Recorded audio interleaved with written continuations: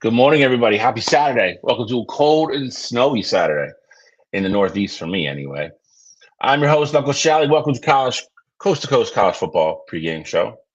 Round two of college football playoff. We're getting into the good matchups this week. A lot to get into. It's going to be a fun week for sure. Some breaking news happened last night. We're going to get into that as well. But always steering the ship with me, top left corner, Buckeye brother from another mother, Mr. Cottrell Simpson. How are you, sir? Feeling good, didn't have to stress this past week. Team had a bye, so got to just watch some college football pretty much carefree, and now we get to focus up on a Miami team that I like our chances against. That is true. You kind of had the week off. Top right corner, Mr. Alex Elmore, Mr. West Coast, Mr. Ex Pac 12, Mr. Duck. He had a little bit of a scrimmage last week. Um, got a little out of control at the end, but needless to say, he got his warm up game. So there's no excuses for last year. Now, you're primed and ready to go. You take on a very, very tough Texas Tech team this week. How are you this morning, sir? Man, I'm doing fantastic. Luckily, I got a few days to prepare for game day. On New Year's Day, it's a 9 a.m. start time for me, so I'm gonna be getting up early, getting ready for the game. I'm excited for it. Texas Tech brings a lot to the table, a lot to be concerned about when it comes to actually playing the game. But I'm excited to be in the quarterfinals again, and a lot of great matchups to talk about today. Agree. Did you guys did they give college game day to them? I actually don't know where college game day is gonna be. Oh, I have that's no what I clue. thought. I thought when you said it that way, I thought that's where they were going. It wouldn't surprise me. I mean, I think it's probably the best game. I Yeah. agree with that. Yeah, I'm looking right now. I'm not seeing anywhere it's saying where they're gonna be. Yeah, I don't think they've announced anything yet. Yeah. I wouldn't be surprised if they end up at the Ole Miss Georgia game, just because it's the nightcap. Just because Yeah. it's the SEC, Got two. it's ESPN. There's the SEC bias now, full on display. All right. Well, we have some recaps from last week. Like as we just talked about some of the games, we got to talk about them. A little bit of an upset, um, and then we're going to talk about it. We'll talk about some, like I said, some other things that Alex will have breaking the huddle. Obviously, we'll have previews for huge games. Pretty much the Elite Eight is what we're down to now, which is great. And we got some powerhouse matchups this week. Some that I think are going to be better than people think. I think Oregon Texas Tech is going to be a war. And we'll go from there. So, Alex, this is your time to shine as always, sir.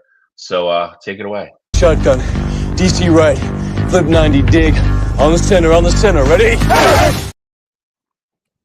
All right, welcome back to another week of Break the Huddle. We cover all the college football news from the week.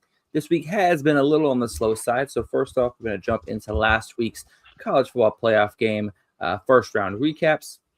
As we know, these games were played on college campuses. 1 second here while I get it up for us here. There we go. Here's the updated bracket for us. Obviously, last week we started out with Alabama, Oklahoma, kind of kicked everything off. Let's just start there, guys. Alabama, Oklahoma, fantastic game. I know we talked a little bit about it last week. But as the week's kind of gone on, have you noticed anything from that game that could play a huge impact in the Indiana-Alabama matchup? I don't. I think Indiana was beating either one of them. I think Indiana is obviously a complete team on both sides of the ball. I think both those offenses struggled for huge parts of the game. I actually think Oklahoma kind of let them off the hook a little bit, if I'm being honest. Yep. But Alabama made plays very late in that game when they had to. You got to give them credit there. Oklahoma didn't really execute real well coming down the stretch. I think there was a couple questionable calls with, what Brett Venables wanted to do versus, kicking field goals, timeouts, all that good stuff. Clock management was very suspect, in my opinion. I don't think he put the kids in the best position to win at the end. But that being said, I think they were already cooked by then anyway. 10 points in a minute and a half is tough.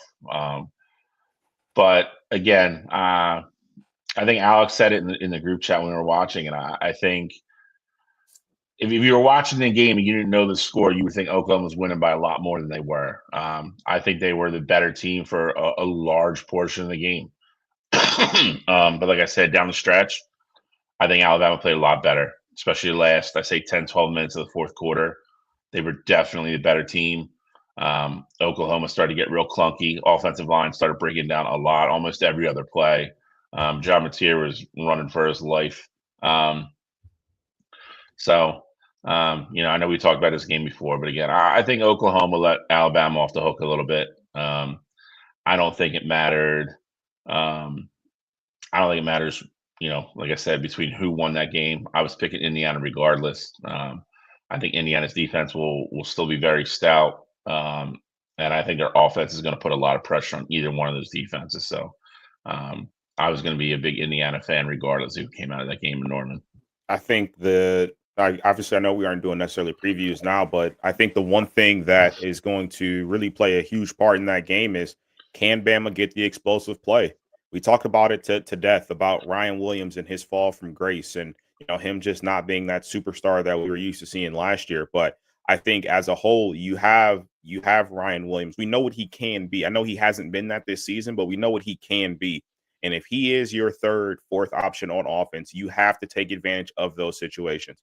We saw Indiana do a really good job against Cardinal Tate, Jeremiah Smith and that Ohio State team there. But to, Ohio State's detriment, I don't think they tried pushing the ball downfield as much as, they should have there. So I think Bama is in a spot where they can kind of learn from Ohio State's mistake there and, see if, Jeremy Bernard can potentially, get some shots deep there. Obviously, Ryan Williams, if he can get, some explosive plays in the pass game.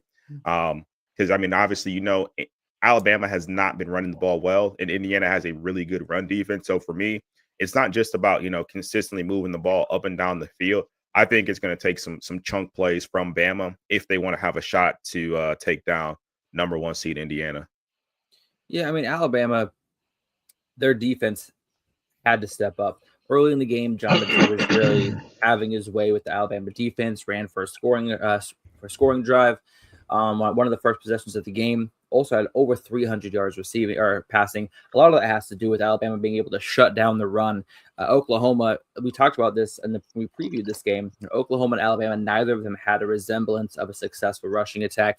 And combined, they only had about, 83 rushing yards combined as a team, averaging combined, put the teams together, averaging 1.5 yards per carry combined for the two teams as well. John Mateer looked good, 317 passing yards. First game since the surgery where he truly looked comfortable passing the ball.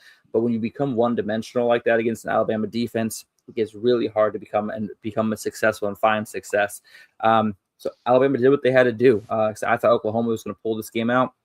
Alabama found a way to come back down, step them down 17 points, ended up winning the game 34-24.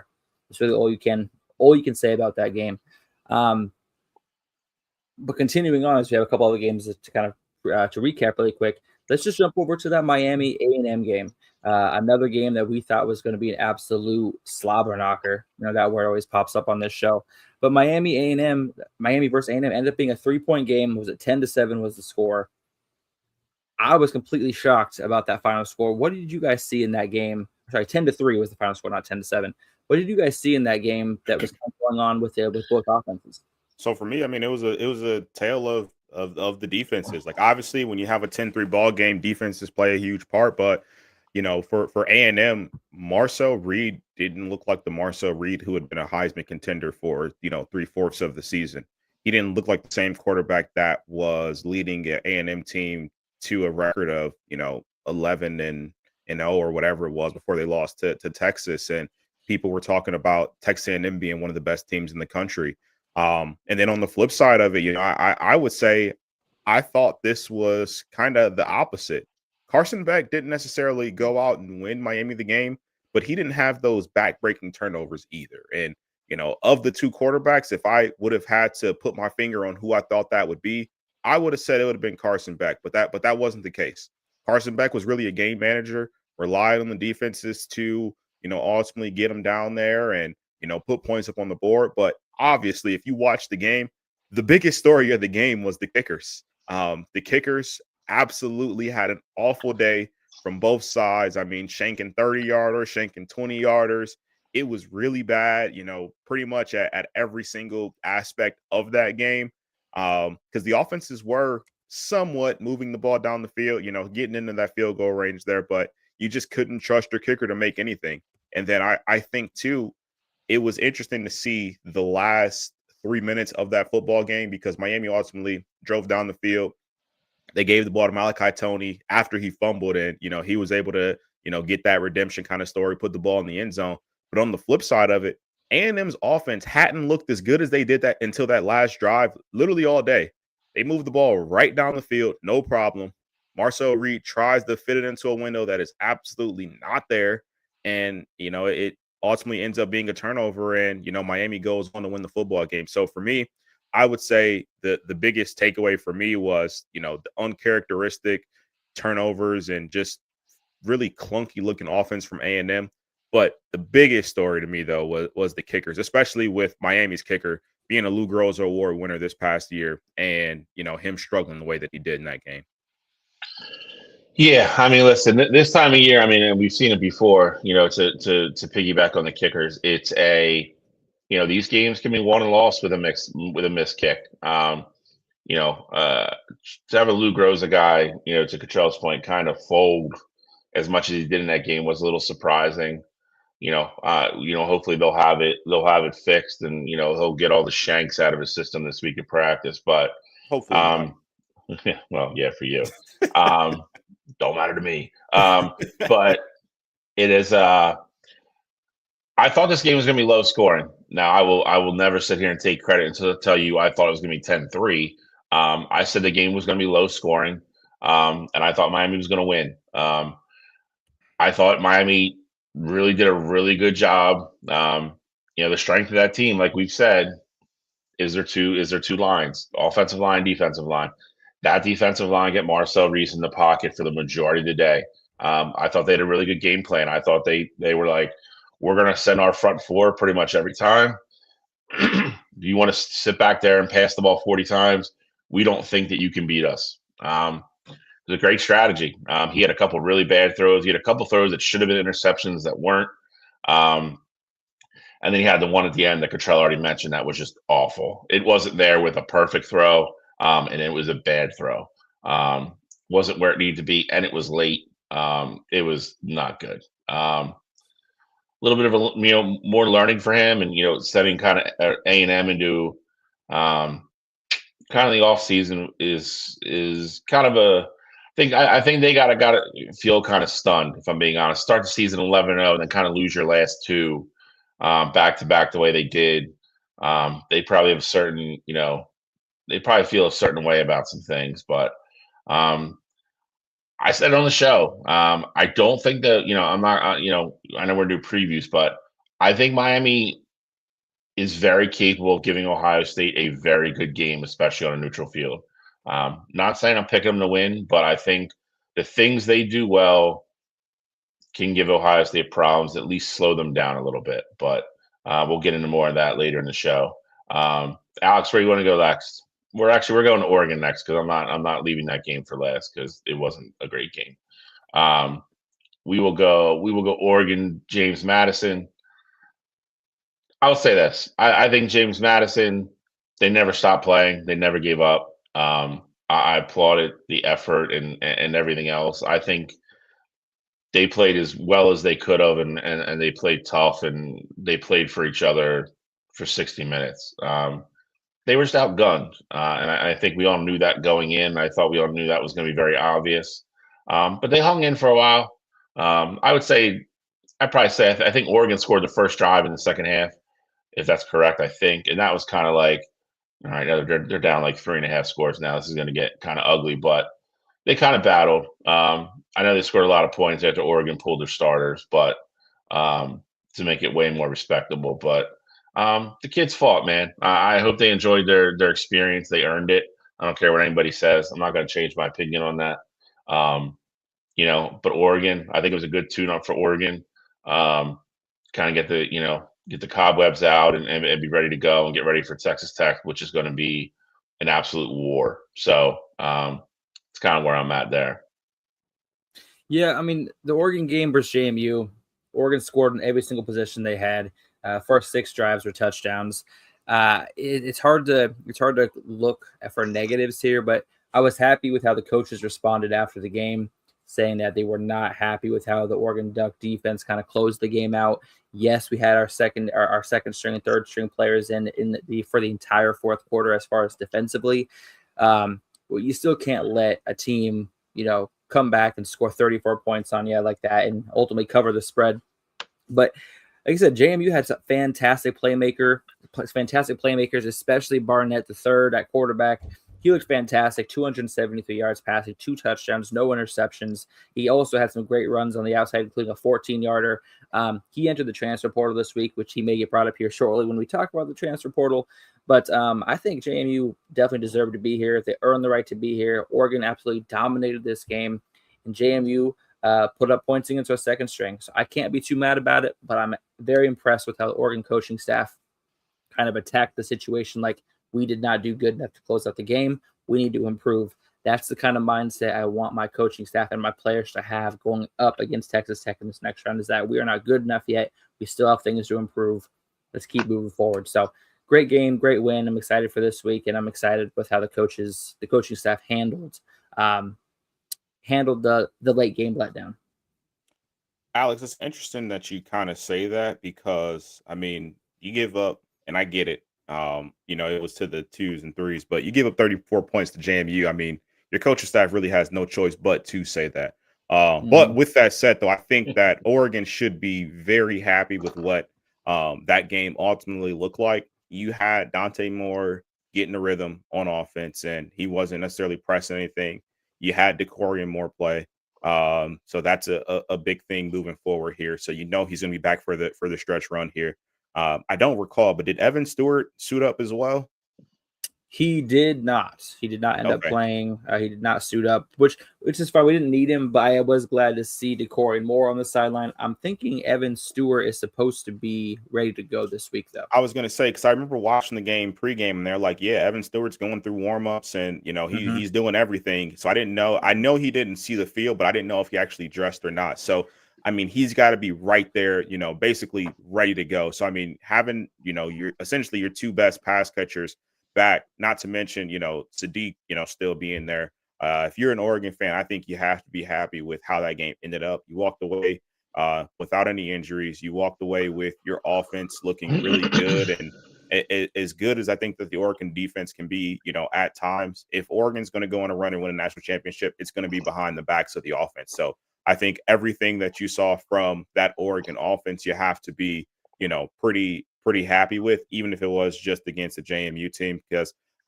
like Bill kind of mentioned earlier, that is exactly what you need before a game like Texas Tech, because their defense will be flying around. And I was telling Alex before the show that I think that game is going to be a race to 24 points. Like, if Oregon can consistently move the ball, Texas Tech does not want to get into a shootout with Tech.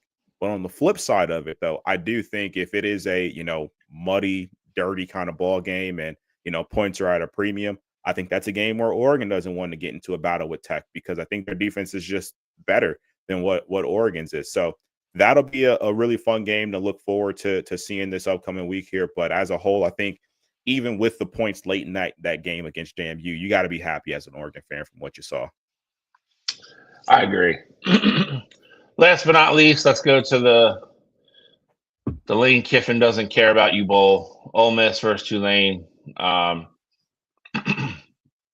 let's pause right there, because them winning actually earned Lane Kiffin $250,000. So I think he did care. He cares. He just doesn't care about the kids.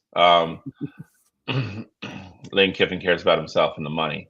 I would deliver that in pennies, and I would probably drop it from a helicopter over his new house if I was Ole Miss. It's about how I would do it. That being said, this game was kind of, I think we kind of got this game kind of spot on. They played once already this year. I don't think this game played out much different. The only difference about this game, I would say, is and I'll be honest, I didn't watch a ton of the game when they played the first time. This time around, I think Tulane had their chances. They just didn't execute well. I think Jake Ratliff looked shaky at parts of the game. I think he had wide open receivers. He had wide open looks that he didn't see on a couple really big third downs, and they ended up punting. And you just can't keep giving the ball to Shamlis in that offense over and over and over again, and keep your defense on the field that we already knew was going to be a little overmatched, and then they got tired, and then you started seeing the chunk plays come. And Ratliff and that offense just couldn't stay on the field. They had the shots though. I mean, again, there was I think it was a stretch of 4 or 5 third downs in a row that they should have converted and they didn't. And Ole Miss took advantage every single time. In the end, I don't think it was going to matter. I think Ole Miss was, just the better team, and just Tulane was a little outgunned anyway. But got to give them credit for winning. I think they played a pretty good game. I don't think they're going to get away with anywhere near the stuff they got away with against Georgia, obviously. But Ole Miss wins at home, survives on. Those kids get to play another game, which is going to be really fun. It'll get really interesting if they win this game, the next game, because the portal thing is going to become an issue then. And then we'll see how close everybody really is. But part of me is actually hoping for that anarchy, but we'll see what happens. But Ole Miss, again, I think they have to be happy with the way they played. Defense got off the field, created a couple turnovers. They go home and get ready for a big SEC game against Georgia. Yeah, I mean, Tulane had 421 yards of total offense. I was saying to Cottrell that this game, I did not think that the score really shows the kind of game this was. Tulane played very hard, fought till the end. They had 3 turnovers. Ole Miss turned 3 turnovers into 21 points. It's really hard to overcome that.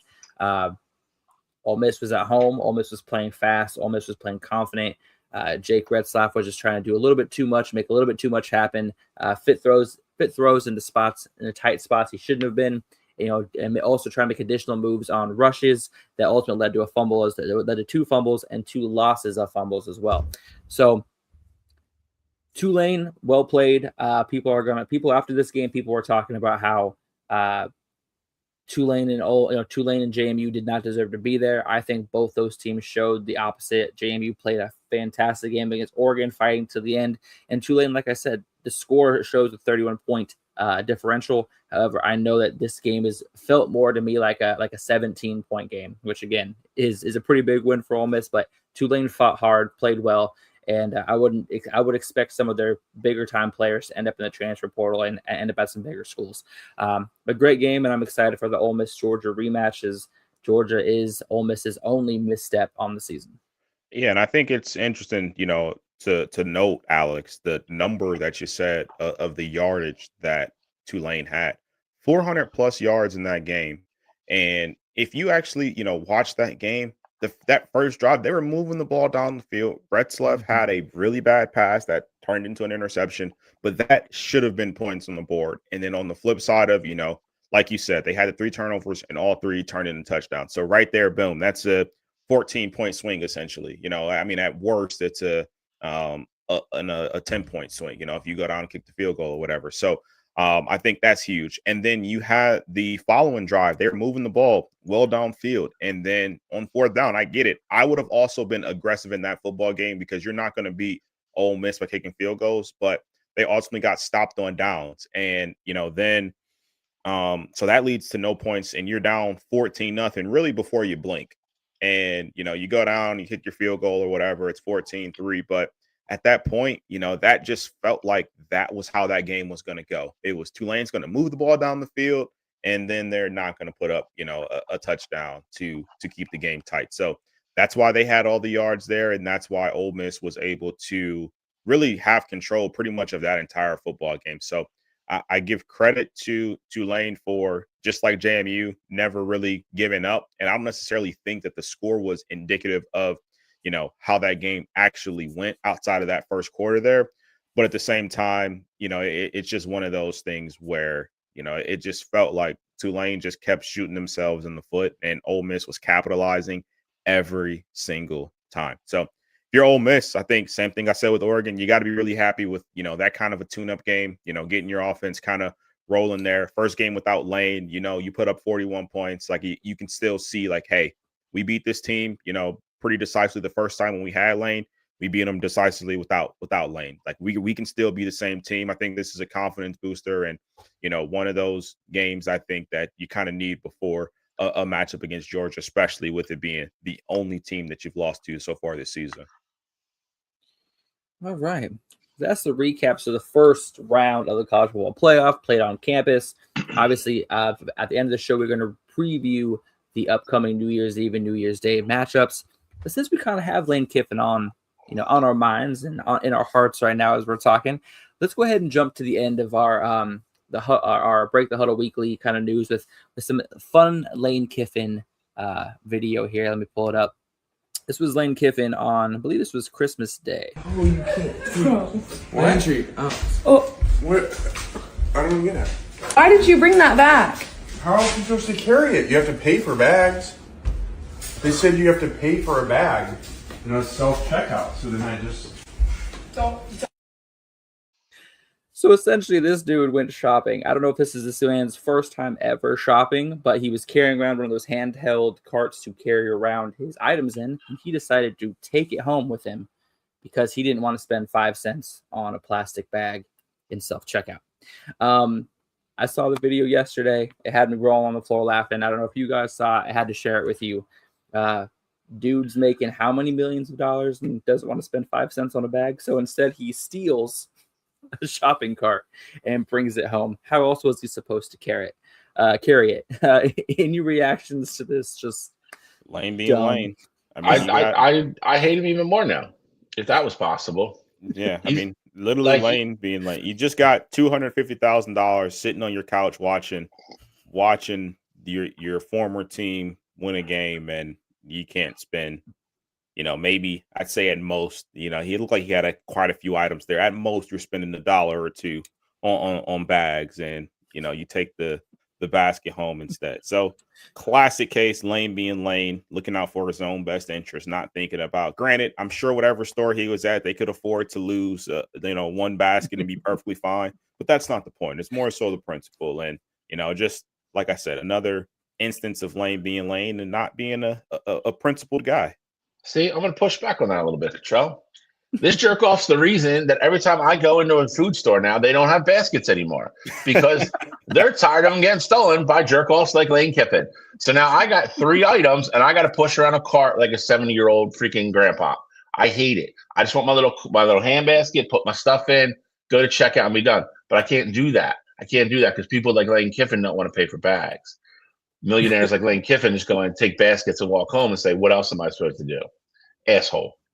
See, here's what I want to say about this. Is he specifically mentioned that they were charging for bags to self-checkout. What I want to know is how many items are you allowed to bring in self-checkout? Because around here, it's 10 items or less. And that dude definitely had around 15, 16 items. So really, he's just taking up a self-checkout spot. Well, I'll tell you one thing. Here in Ohio, you go to, a grocery store, they got like one register open. And so you could have 50 items. I'm going to self-checkout because I'm not waiting in the 20-person line. So I don't know how it is in PA, but I know in Ohio, that's it. Like every store is like that. You go into Express around here, especially this time of year. I wouldn't say regularly, but like holidays, where everybody's already stressed out and tired of being in stores. If you're that guy that goes into Express with like 20 items in a 12-item lane, somebody will say something to you. There will absolutely be an incident at the register for like 100%. We go to self-checkout a lot too, because again, it's usually just faster. Because I don't want to get stuck behind, the person that's shopping to feed their, 25-person family party and they have 800 things on the conveyor belt already. I'm not waiting for all that. So a lot of self-checkout. Yeah, I'll tell you what though, Lane Kiffin's about to get a deal with Instacart after that whole debacle. I'll tell you that. But that's enough about Lane Kiffin. I wish whoever he stole it from wasn't like an LSU fan, because I'd call the press cops. Charges. Yep, Man stole my basket. Arrest him. Yep. Petty theft. We're gonna make them pay like $10,000 fine for doing it. Spent the night in jail for stealing a shopping cart. But we're going to keep this ball rolling. Bill, this is actually going to be your time to shine, my friend. I mentioned this name last week. you were actually, out of the names available, you were actually hoping this name would come to fruition. But Michigan now has officially found their head coach of the future. Please, briefly, give me a rundown of how you feel about this hire, and do you think if this is the right direction the Michigan program should be moving in? I mean, I think both those answers are easy. I think it's a great hire. I think all three of us in numerous times, and especially me and Cottrell, from doing wire to wire for so long, always been big fans of Kyle Whittingham. I think we've always asked the question too, like why he hasn't done this before. There was other jobs out there numerous times that we thought he could have got, because I think everybody respects him and recognizes how good of a coach he is and how much he's done with what he has, resources he has. I think Cottrell mentioned him for the Florida job earlier. I think a lot of people were surprised it took this long for him to make the jump to a big program like this, where I think a lot of big programs gladly would have had him over the years. But however, the stars aligned. He was, from everything that's been released, since yesterday afternoon, he was in the top 3 the whole time. The one part of this that I absolutely do love, it's kind of common knowledge, kind of eking out now, that like a lot of the stuff they were leaking to Paul Feinbaum and my favorite little person, Pete Thamel, was never true. They never contacted Kellen DeBoer. He was never on the list. Dillingham was. From everything I read, Dillingham and Whittingham were both in the top 3 from the get-go. But overall, I think it's a great hire. I think it's exactly what they need in a reset to just move on from Sharon Moore. Guy runs a completely clean program. He's a great coach. He's still going to have that toughness, kind of run first mentality that most of the fans are going to like, but has a little bit of a better track record in developing quarterbacks than I think Sharon Moore did. So I'm happy with it. If I'm being completely honest, I think the only thing that worries me a little bit about any of it is his age. He is 66. They signed him to a 5-year deal. When you get that old, I know things can kind of come out of nowhere and make you take leaves of absence or maybe even retire. But fingers crossed none of that happens. I think he's a great coach. Cottrell's boy, Urban Meyer, has called him the best coach in America numerous times. I saw the Nick Saban interview earlier today, said it was a home run hire. So he's a guy that within the community is obviously very well respected. With the resources he's going to have there, I think he'll be very successful. I think as long as they can keep kids there out of the portal,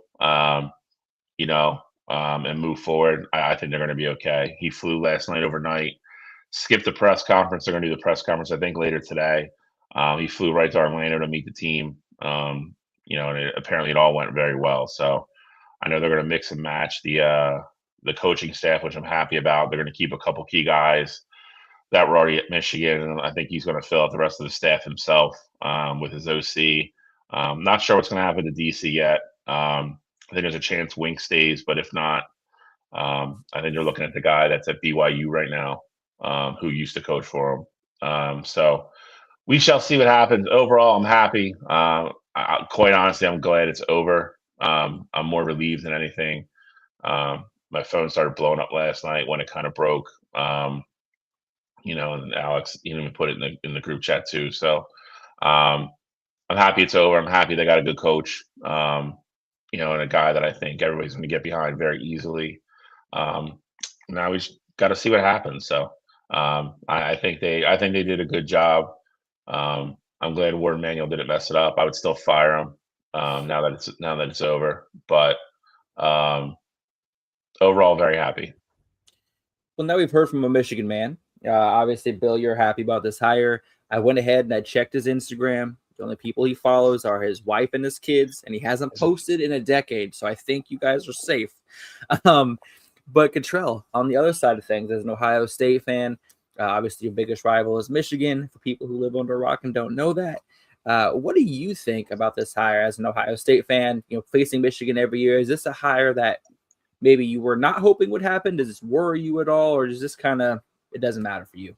So I think I'm going to like kind of contradict myself with what I say because, and I'll Love it. explain why. I think it's a great hire with a lot of question marks. I think, Michigan, this is exactly what Michigan needed. They needed an adult in the room. They needed somebody who was going to come in, you don't have to worry about the Michigan football program right now with Kyle Whittingham being at the helm. Like, you don't have to worry about the scandals, this is happening. You don't have to worry about, him doing anything. Like, at this point, he's 66. He was at Utah for forever. Like, this guy is all 21 about ball. years. So It's you crazy. don't have to worry about any of the extra stuff with him. So I think that's great. And that's exactly what they needed for him, especially in this age of Michigan football. I say it has question marks, though, because of two things. One, his age, of course.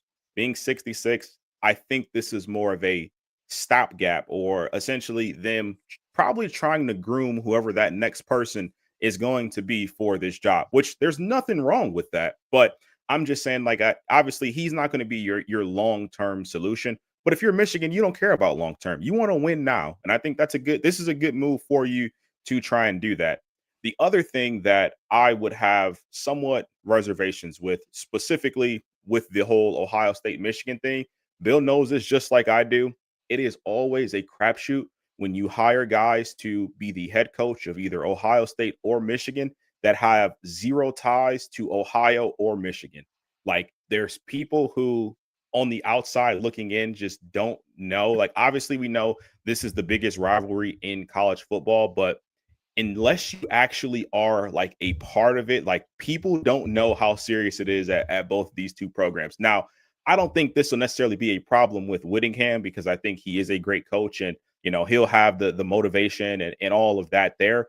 I'm just saying, I know when it happens and you hire those outside guys, there is that sense that they don't understand like fully, what this rivalry like really means between the two there. But as a whole, though, I do think that, like I said, I think this is a good hire. The true question mark, though, is how long is he going to coach for? And then ultimately, like it is at Ohio State, the standard is beating your rival every year. And, I'm curious to see what that looks like for him moving forward.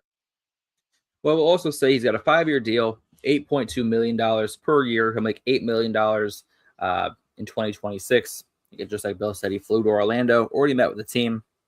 I think this is a fantastic. I'm just glad the Michigan job is filled. I think now they can finally start focusing on the things that are important, keeping the recruits that have signed, keeping Bryce Underwood in-house. Rumor has it Cam Rising might be wanting to check his eligibility and come play for Michigan. I'm sure he's out of eligibility, but you never know these days. Find some kind of waiver. That's what, honestly, it's the perfect segue because the next news that we have is actually regarding about eligibility. Now, I have Diego Pavia pictured in this news frame, but his lawyer is actually petitioning. He has 23 current college football players in his petition that he's petitioning for an extra year of eligibility, and he is citing the NCAA's announcement that 7-foot center James Najee has joined the Baylor Bears college basketball team after playing professionally in Europe and also being drafted number 31 by the Detroit Pistons just a couple of years ago. Obviously, we're not an NBA show, not a college basketball show, but college basketball news is affecting the college football world. So obviously some crazy news. The guy, I believe, is 31 years old. He's going to be playing college basketball. I think he's immediately reinstated, so he's able to play for the Baylor Bears in their next game. And they are kind of citing that as a reason that some of these guys should get an extra year of eligibility. Obviously, a lot of moving pieces with this news, a lot of a decision still to be made. But do you guys have any initial gut reactions when you hear about all the eligibility issues that are being kind of talked about in the NCAA landscape? So I'll say this, and I think college basketball is their own shit show to begin with. But it is different over there because And, just to not get into the full basketball side of things, but it's different over there because those kids aren't playing 4 years out of college and then, going on doing their own thing and, petitioning to come back. Like in a lot of cases, like they're playing 1 year or they're not playing at all. Like they may go, directly to the G League now that that's an option, or they go directly overseas because that's an option. In this case here, college football has it so easy. Keep it simple. You literally have 4 years to play football. If you play your 4 years, you're done. Like, let's not even make it complicated. You have your regular red shirt where you get the 4 games, and if you go over that, you don't get your red shirt. And you have your medical red shirts where if you get hurt, you're good to go back in. So ultimately, you have to look at that and keep it easy. Like there's no reason why we should be having these disputes. I now understand that they're switching it to JUCO eligibility is going to start changing things and things of that nature. But to try and look at it like, oh well, on the college basketball side, they're letting this kid that was a former second round pick ultimately go back to college and play basketball. It's completely different over there because the kid didn't play 4 years of college basketball and is saying, oh, I want another year because I'm not where I want to be professionally. That's completely different than what it is on the college football landscape side of things. Yeah, so first off, college basketball show. That'll be starting with the three of us soon. Just kidding. But I kind of fall pretty much in line with Cottrell on this one. I think it's really hard to compare football and basketball because basketball is structured differently. It just is. I don't think it's definitely not an apples to apples comparison by any means. And Cottrell, I think, really did a good job of like kind of explaining like the life of a basketball player is completely like way more different avenues than a college football player does. There's options to leave. There is the G League. It's so different than football. I think shit show is not an awful not an awful way to describe it. With most things NCAA related. I'm glad. I think Diego Pavia, I think, kind of needs to go away a little bit right now. I don't think he's had a great month, but at the same time, I'm also glad these lawyers are starting to challenge a lot of these rulings and everything because I think it's making the NCAA address certain things and address issues. And if there is loopholes there, close loopholes or open them, however which way they decide to do it. But it's giving a lot more clarity to a lot of people and student athletes in regards to what they can and can't do. So a lot of things, I hope they start to shut it down, close loopholes, but at least everybody knows then. And same difference if the loophole is going to go the other way. So that part of me is happy that these things are finally going to get addressed because I think the NCAA sat on their hands way too long with a lot of things and just kind of been like, yeah, go do whatever you want. But we need to start to kind of like reel this stuff in and start to corral it and really, get, answers, not just for the schools, I think, but again, more importantly for the student athletes and their families and, allowing everybody to make decisions that, have different avenues, just, depending on which way you pick, or know that if you go that is a final decision, you're not coming back. We got to clean all that up. There's no reason there really shouldn't be this much ambiguity in it, to be honest. I think it should be more cut and dry. So hopefully it gets cleaned up. But that's kind of where I fall on all of it, most of it, to be honest. Well, the lawsuit has 26 other plaintiffs, including the biggest name on the list is Tennessee quarterback Joey Aguilar, trying to come back for one more season for the Volunteers. So obviously we're going to hear a lot more about this as the offseason begins and continues. I guess my question is what are they petitioning now? So this is, like I said, this is the first time. So I saw it yesterday for the first time. There's not a lot of, let me see here. Yeah, it's just another year of eligibility. They're disputing red shirt. There's one lawsuit that's disputing red shirts, as another disputing years of eligibility with junior colleges. There's not a lot of details. Joey Aguilar played JUCO before he went to App State, and obviously before Tennessee there. And then I know Trinidad Chambliss is also one of the ones that's fighting for that 6th year of eligibility. You know, like we've talked about before with him. He was at Ferris State before, so playing D2 ball. And so I'm not a fan of it. You guys obviously know where I stand with things there, and I get it. You know, you want to play more ball, especially in the case of Aguilar and Chambliss. I 100% understand. You got 1 year at Tennessee, you get 1 year at Ole Miss, and you know this is finally your time to shine, and you somewhat have success. You know, between the both of them, you know, Chambliss having more success than Aguilar, but you know, all in all, you know, you want to be at these big time programs for another year because Chambliss may say, oh, if I have another good year at Ole Miss, like maybe it'll raise my draft stock. And not even just necessarily draft stock, but seeing what these colleges are paying kids for NIL. I mean, they're going to make a lot more money being the star quarterback at their college than they would being probably a practice squad guy at best in the NFL. So I can understand why they want to do it, but I think the NCAA need to make this cut and dry, and it should be simple. Yeah, I mean, if you already played 5, I just don't know how you can petition to a 6. Like, I mean, like JUCO is like JUCO doesn't count as a year of eligibility. But that was Correct? before that they essentially played before like these rules kind of went into effect. So I don't know the nuances of when you could have played JUCO to, you know, it doesn't count necessarily for you. Because now they're giving the kids, if they play JUCO and go up, they're giving them the full 4 years of eligibility. So like, I don't know when that's ultimately going to start, if they're going to retroact it, because Joey Aguilar was in JUCO like 2018, 2019, like somewhere. It's been a while. So I don't know when that'll go into effect. Obviously we're going to have a lot of news come out about this as the weeks go on. We'll probably have an update next week, and then we'll ultimately have the final decision that we'll of course announce here as well. But guys, we got about an hour left of the show. It's time to get into the meat and potatoes of this episode, and then why everyone's here, and that's to start previewing the quarterfinal matchups. And I'm going to do Cottrell a favor, and I'm going to start out with Ohio State and those Buckeyes against Miami Hurricanes. Bill, introduce us, take us away.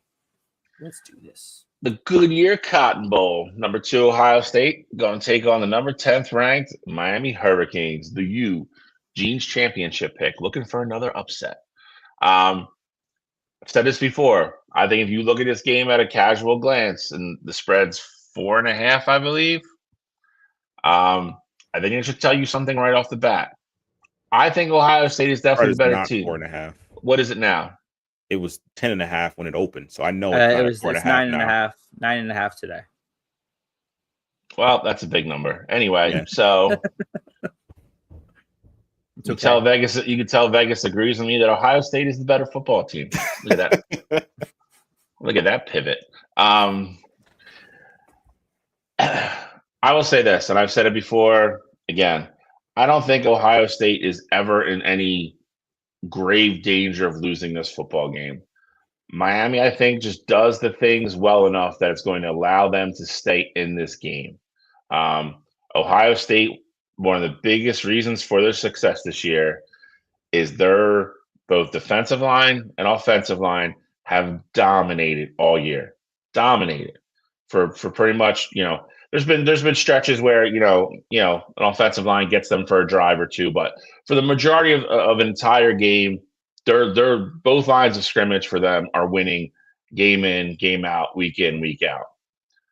I think Miami is the one team other than Indiana, which we already saw, that is going to challenge them in the trenches on both sides of the ball. And again, I'm not saying that leads to victory, but I think it slows down Ohio State's rushing attack. I think it also allows them to get some pressure on Julian Sayin and make him throw the ball quicker than he wants to sometimes.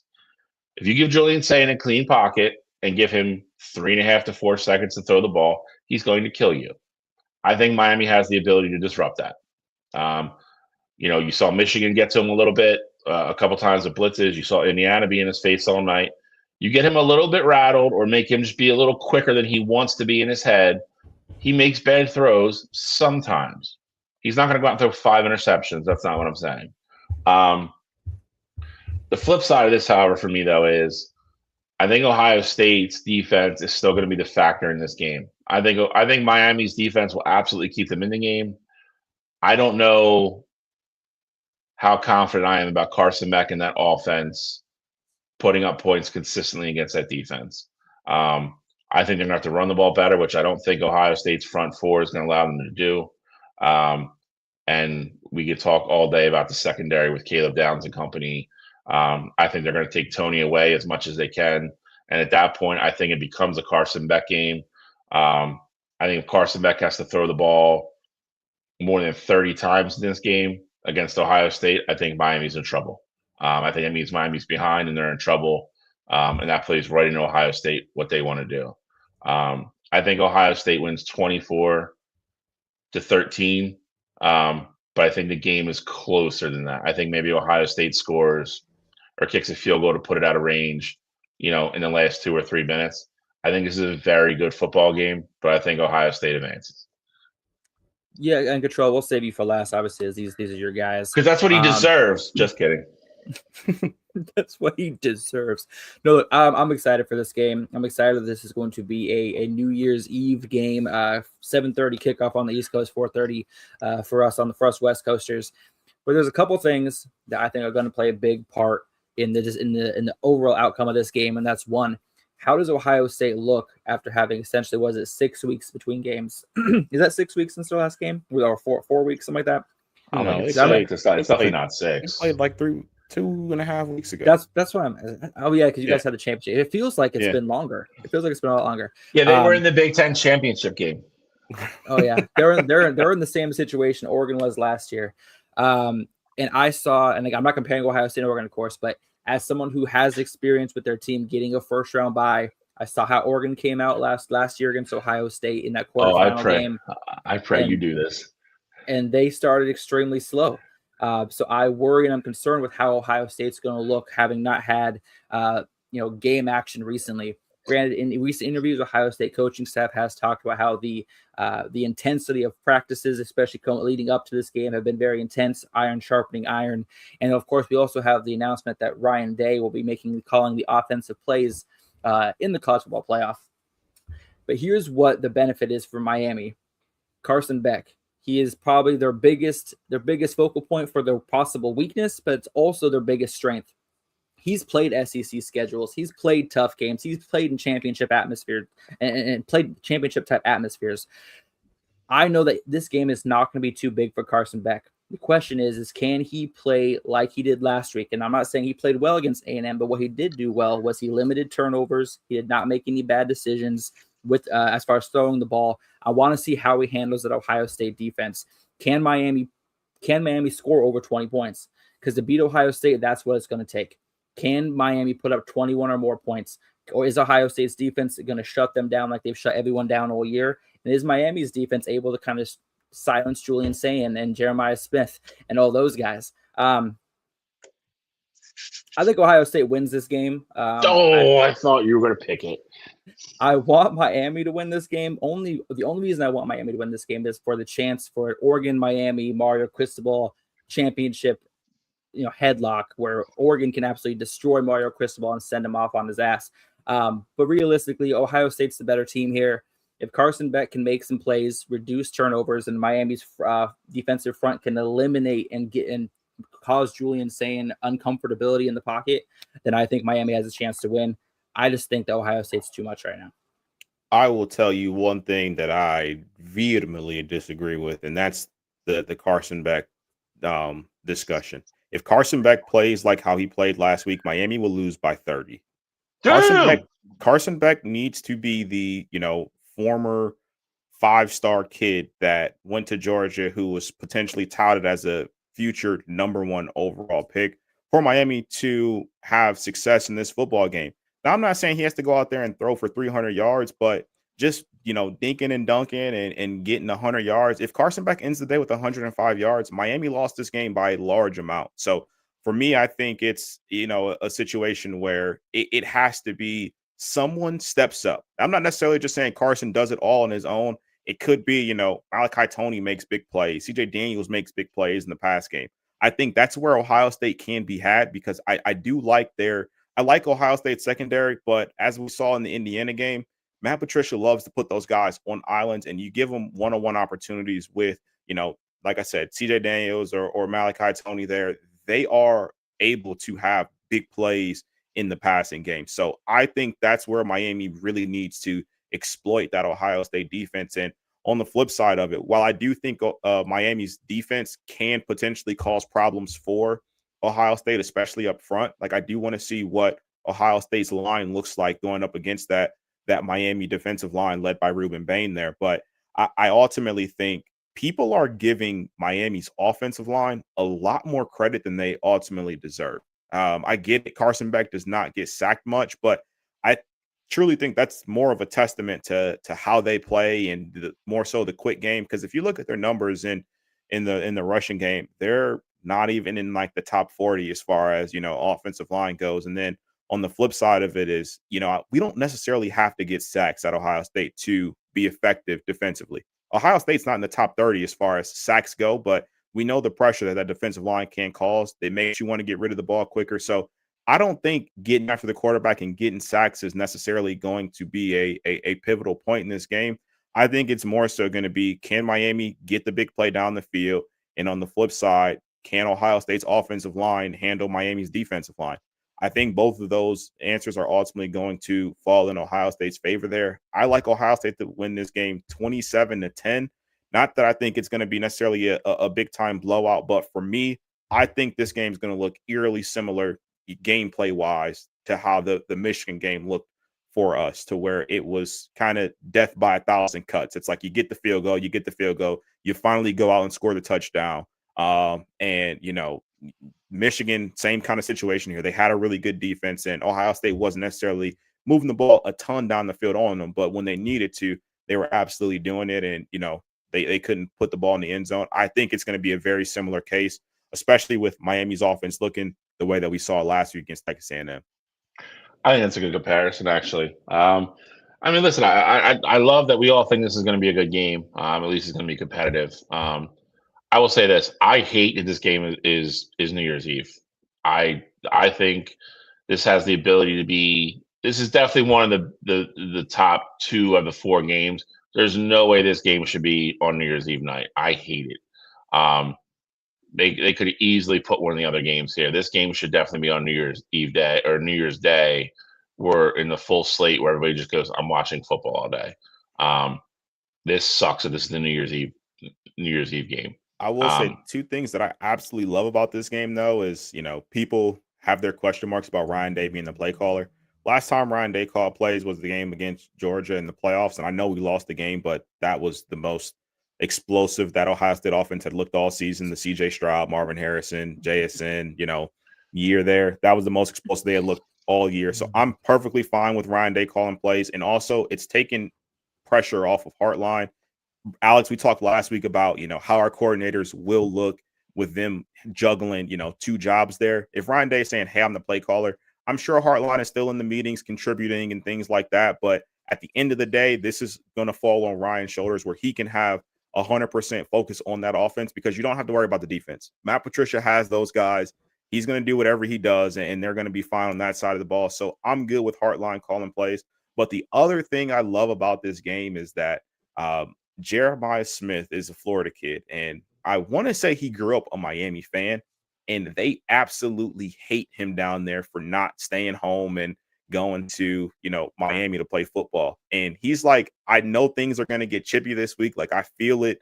They're against me. I hate them. Like, it's going to be a really intense game. I absolutely love to hear this. Take this game personal, because that's how you're going to have success. You have to have every game be personal, but best player on either side of the field saying that, this game will be personal, like, that makes me feel great about Ohio State's offense. I ain't giving Jeremiah Smith no freaking extra motivation. I promise you that. It makes me laugh, though, when you're like, oh, I'm not worried about Ryan Day offensive play calling. I mean, we're 0-1 with him calling plays, but I'm not worried. I mean, you score 40. If they score 41 points in this game, I'm sure we win. We lost the game. That was the missed field goal, right? Correct. We lost 40 42-41 and we missed the field goal at the end. I promise you, if they score 41 in this game with Ryan Day calling plays, this is a game where our starters do not play the fourth quarter. Is that the one that if you would have won, you'd have played us in the final? The rematch? We would have played TCU in the final. That's right. That's right. Yeah, okay. I got you. Yeah, that's I couldn't remember. All right. So looks like we're all picking Ohio State to win this game. So if you're at home, put your money on Miami. Next up, I don't know about that. We are going to the Sugar Bowl. Bill, take it away. In my opinion, this is the game that should be New Year's Eve night, or at least be number one on New Year's Day, and it's not. The fact that this is the primetime game is ass. But that being said, All-State Sugar Bowl. Is this in Atlanta? Yeah. Or is it in New Orleans? It says it is in. Might be in New Orleans. It is at Caesars Superdome. Yeah, that's all right. So it's in New Orleans. Okay. All right. At least it's not a complete home game for Georgia. Spread is 6.5 for Georgia right now. I'm surprised it's not bigger, if I'm being honest. I think Georgia getting an extra week to rest up, coming off the SEC championship. I've said it for the last month and a half. This is a backwards Kirby Smart team. They usually come out at the beginning of the year, look dominant, and you're like, that's a team to beat. I think the first month and a half of the season, they were flirting with the begging to get beat category a lot, and they kept pulling games out. Finally lost one, but then the last month of the season, I think they've looked great. I think that defense is starting to look like a Kirby Smart defense. I think Ole Miss will make enough plays to stay in this early. I think Georgia wins by 2 touchdowns. I just do. I think they're going to be too much down the stretch. I like their defense. I think Gunnar Stockton will make enough plays. They've been running the ball better. We already mentioned Ole Miss's defense earlier in the recaps. They got off the hook with a lot of poor execution from Tulane, but like Alex said, they still gave up 430 yards, whatever it was. Tulane absolutely had their chances to stay in that game. Georgia will not execute that poorly. They just won't. I think Georgia wins 31-17, something like that. I think Georgia's definitely the better football team. I think they firmly, take control of this game, and I think they advance to the Final Four. Well, I'm rooting for Ole Miss in this game, but I'm thinking that this game will be tight. I just ultimately think, though, when push comes to shove, I probably trust the Georgia defense just a little bit more. I think this game is closer than what you're giving it credit for, Bill. I see this one being a 27-23 kind of ball game, 31-27. I think it's a 4-point game. I think that, the spread is pretty close to what it should be. But ultimately, I think with Gunnar Stockton, the way he's been playing, he's been having a great year, and he's shown that he can be, the leader of that Georgia's team there. And Georgia's defense is actually starting to come around there as well. So I like Georgia to win a tight game, but like I said, I'm going to be rooting for Ole Miss. I hope they can pull it off, and I think if they do pull it off, it's going to take a performance, honestly, like the first game that they had before the fourth quarter. Trinidad Chambliss was dicing up that Georgia Bulldogs defense, but Georgia made their adjustments at halftime. So, hopefully Trinidad and company can figure it out there, but I think it's going to still be a little bit too much Georgia. So I like them in a close ball game. Disagree with me. It's nice to know that we're not going to agree on all the games today. Because when I look at this game, Ole Miss completely dominated Georgia the first time around up until that fourth quarter. They went into the fourth quarter with a 2-possession lead, 9 points, and Ole Miss's defense sat back, let Georgia dink and dunk them until eventually we had a game where Georgia was in the lead. Trinidad Chambliss is going to be the secret to success here. The one benefit that Ole Miss has over Georgia here is that Georgia only has one game of tape where Lane Kiffin is not calling the offensive plays. And I think that kind of bowl goes towards Ole Miss's favor as far as what they're going to be calling, play calling tendencies. I think Trinidad Chambliss is going to be able to get out, and I think they're going to use his legs a lot this game. The first time around, he had 9 carries for 42 yards, 2 touchdowns. Kewan Lacey was pretty much absolutely useless in that game, 12 carries for 31 yards. But look for Ole Miss to try to get that rushing attack going early to control the clock. Because Gunnar Stockton has played fantastic lately, but he has shown where when he does have a lot of pressure on him, he is not a high completion guy. Look at the game against Georgia Tech, 11 for 21, only 70 yards passing. Georgia Tech had him uncomfortable the entire game. And I look for Ole Miss's defensive front to make that their mission against Georgia. Also, Ole Miss has something that Georgia doesn't have.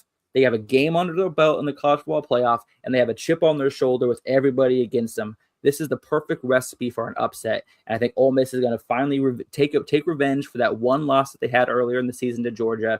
I think Ole Miss is going to take care of business and win this game. And that's all there is to it. I hope so. I hope you're right.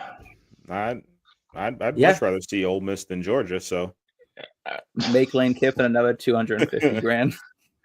Here's what I want to know though. Let's put on our fantasy goggles for a second. If Ole Miss wins the national championship, do they even invite him to like the official ceremony and everything? Absolutely not. They could not. Absolutely not. Maybe they boo him a little less next year. I would give him. They boo him more. I definitely think you boo him more. But if he wins the national championship after he leaves, I'm telling you that I really don't know if he can go. He's going to stay in the box with his stolen Wawa handbasket, and he's going to have to coach from up there. I would say though that I would not send him a ring. I send him a fake ring, like the ring that everybody gets. You just send them the replica that the fans can buy. I'm not sending the real thing with all the diamonds and stuff in it that we earned. But he was a part of the team, so you have to get him something. I'm definitely getting him a replica though. Oh, sign me up for that, Teddy. Sorry, we ran out of allocation for the real ones. Here's your ring though. And it's got the cubic zirconia on it and all that stuff. No, just send him the shell and be like, if you want to put the diamonds in it, you got to pay for them yourself. Jesus. All right. Where are we going next? All right. I thought we were going to do this last the way this was going. Yeah, I just put them together this morning, so I really didn't think about the order too much. The old Capital One Orange Bowl. Oregon Ducks, Texas Tech Red Raiders, down in Miami, ironically enough. Where we were supposed to be, but they didn't want to give Miami a home game. So, I think you are happy about that decision. Oh, I'm very happy about it. I'm just saying, like, that was something that they truly thought about. It was either play A&M in the Cotton Bowl or play Miami in the Orange Bowl. But then Miami went out and won, and we're going to Texas. So I'm happy how it all played out. I don't think any of these teams should ever really be able to get a home game this late in the season. Facts. That's another discussion.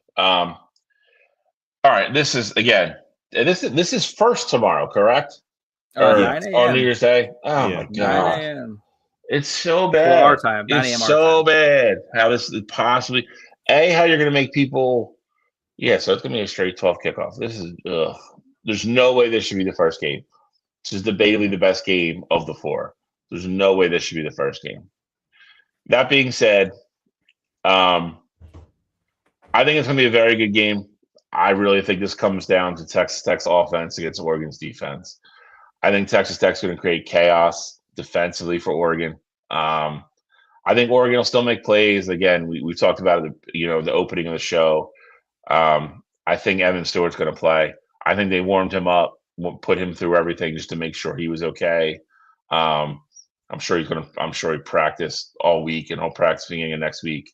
I think they just truly wanted to gauge to see where he is and make sure he didn't get hurt for this game.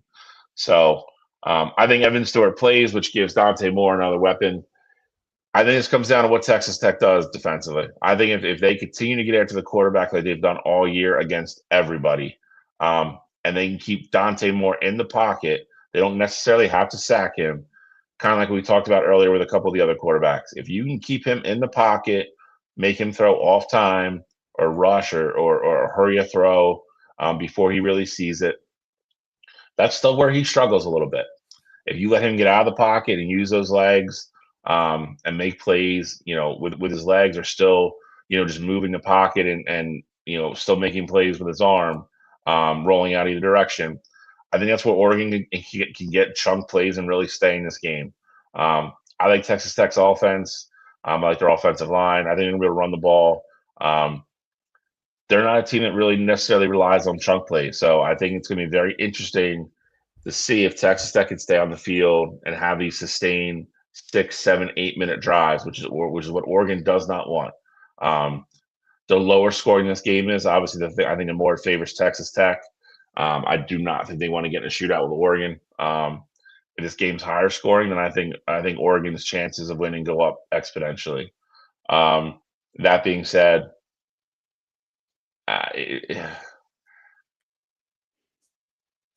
Say it, Bill. Say it. I'm picking Texas Tech. You son of a. I like Texas Tech to win. I think 24-17. Again, I think this is a great football game. I think this is probably the best game of the 4. I hate that it's at noon, but I'm really looking forward to this game. I really am. I think Oregon's upset chances are definitely there. Don't get me wrong. I think they have every capability. Oregon's the favorite. Oregon's the favorite by 2.5 points. Texas Tech. I got Texas Tech 24. I got Oregon 17. Weak ass Big 12. Jesus, the best. Whatever.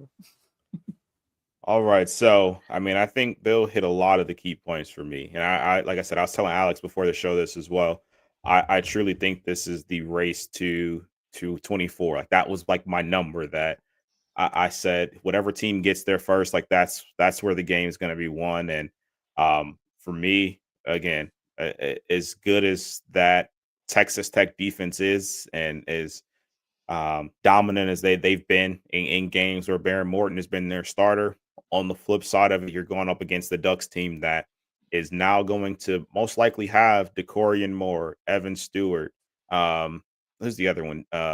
Benson's been going off. Malik Benson's been not going Malik off. Benson. The other McClellan, 11. Dude, Benson's better than McClellan, but yeah, they got McClellan back too. Yeah, McClellan like there as well. Like I think this is going to be Kenyon Sadiq, another one I didn't mention.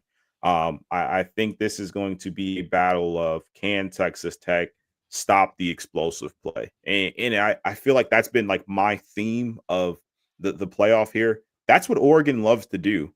Dante Moore throws that seam ball probably better than anybody in all of college football, whether you have Sadiq going up the seam or you got DeCorian Moore, in the slot going up the seam.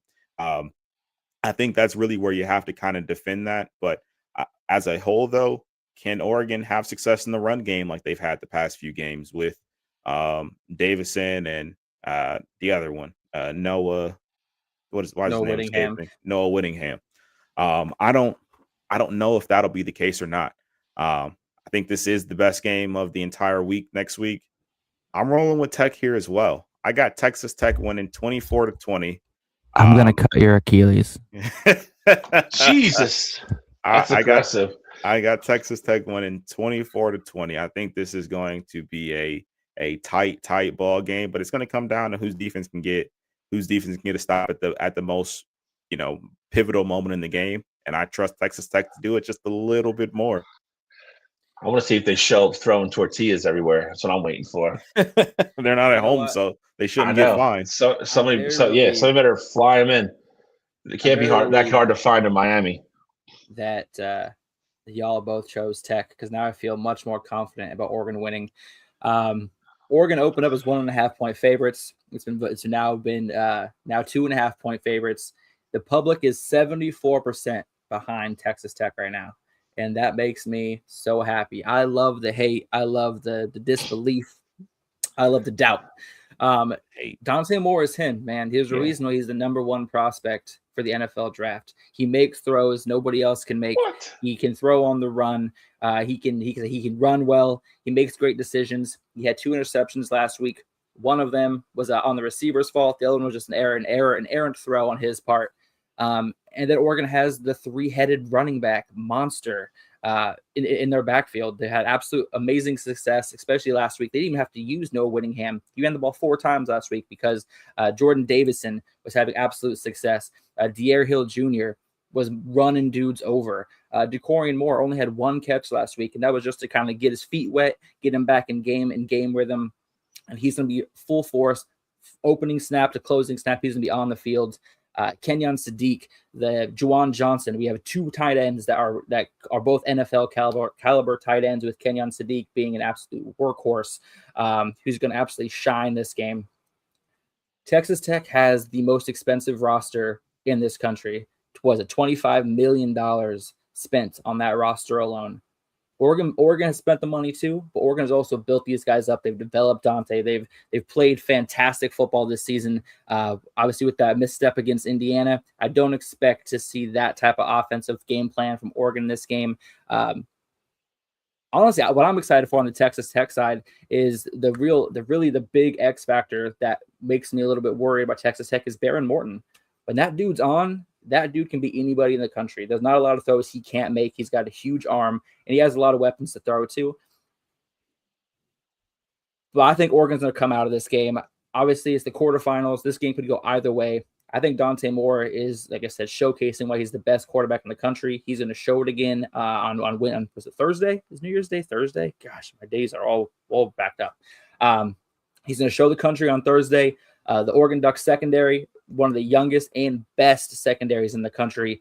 2 top 10 rated cornerbacks are going to shut down Texas Tech's outside game. And I think Oregon takes care of business. I think this is a very high scoring game. I'm calling it 42-35, 42-38. Oregon pulls it out. But this is going to be, I think this is going to be 80 plus points scored in this game. 9 a.m. in the morning for me. Fireworks are going to start going off early. That's if that game gets, what the hell's the over under on that game? Is that what they're calling? The over under is 52.5. But I think we both got it going under, and then blows by. I think we're gonna blow by that. I don't even know if I trust Ohio State to put up 42 against Texas Tech. This is gonna be a very high scoring game. I'm just telling you right now. I think that would be in your favor, Alex, if it is. I agree with that. Yeah, 42-38. 42-38. My final guess. So we're not blowing it out. You got a 4-point game, just like I got it as a 4-point game, just going the opposite way. A much opposite way. We got one more game to talk about, the boys. Last but not least, Alabama Crimson Tide at the number 1 ranked Indiana Hoosiers. Good Lord. Who would ever have thought that? And the granddaddy of them all, the Rose Bowl. Not me. Pasadena, California. Prettiest sight in college football every year. It's an absolute honor to be able to go out to Pasadena and play football. Alabama will be going back there again after being there 2 years ago, losing to Michigan. And Indiana is looking to avoid the the slump of having a bye like Oregon did last year. I think this is I don't want to say one-sided. I think if Indiana shows up and plays well, I think they win. I think they're going to be able to move the ball on offense with Mendoza. Again, I don't think it's going to be a lot of chunk plays. I think they're going to run their offense. They're going to run 3 or 4 yards. You know, they love 10, 11, 12 play drives, chew up the clock. That is exactly what Alabama does not want. Because Alabama has no run game right now. I don't think they're going to run the ball on January 1st either. I think it's going to come down to Ty Simpson. They got to get Ryan Williams going somehow. I mean, if that means come out early, run some things specifically for him, he is one of the biggest weapons in this game, and they're going to need him to win if they're going to pull off the upset. They got to figure that situation out. But that being said, the way things stand right now, again, I think Alabama's defense is going to be on the field too long. The no run game thing, I think, plays right into what Indiana wants to do. They're going to send their front 4. I do think the injury to his name is escaping me, but Stephen Daly is going to. I don't care what you say. It affects the game. He's an absolute playmaker. He's a dynamite player. You know where he is at all times. Them not having him affects what they do, but as a unit, I think they play great team defense. I think they're going to play a lot of, keep everything in front. They love to play zone. If they can get to Ty Simpson and make a move, um, I just I think everything points to Indiana in this game, which is what scares me a little bit. But that being said, I think they win. I think they win 31-17. And I think they move on. Funny enough, two statements here. Stephen Daly, former Kent State transfer. Stephen Daly also won a Heisman Trophy with me as the head coach of Kent State in last year's NCAA football game. So big Dude, fan of that's Stephen. worse than me. That's worse than me bragging about having Jay Harris, the D2 actual Heisman winner on Oregon's team. That's way worse. No, what? I'm not bragging about Stephen Daly. I'm just saying, a little fun fact for you there. He went to Kent State, and he was a monster in the MAC for me in last year's NCAA game. But with that said, though, to Bill's point, I do think that is a huge loss for that Indiana defense. He's definitely a catalyst for what they do on the defensive line there. But with that said, though, I do think you will start to see Indiana. I don't want to say come down to earth, because I think we've seen flashes of them, kind of coming down to earth in certain games there. But I think this game's going to be tighter than, what a lot of people are kind of expecting. I didn't have a lot of confidence in Bama before, but seeing them play against Oklahoma and how they ultimately, got it together as far as like their offense goes, it does give me, reason to think that this game can be somewhat closer. If Kalen DeBoer's ultimately figured out that Ryan Williams isn't that guy and he's comfortable not playing him, and that's how they get shots down the field, then, so be it. I do think it will be important that even though Bama has struggled to run the ball, I think you have to at least try and keep Indiana honest, because you can't just let them sit back in zone and pin their ears back and get after your quarterback.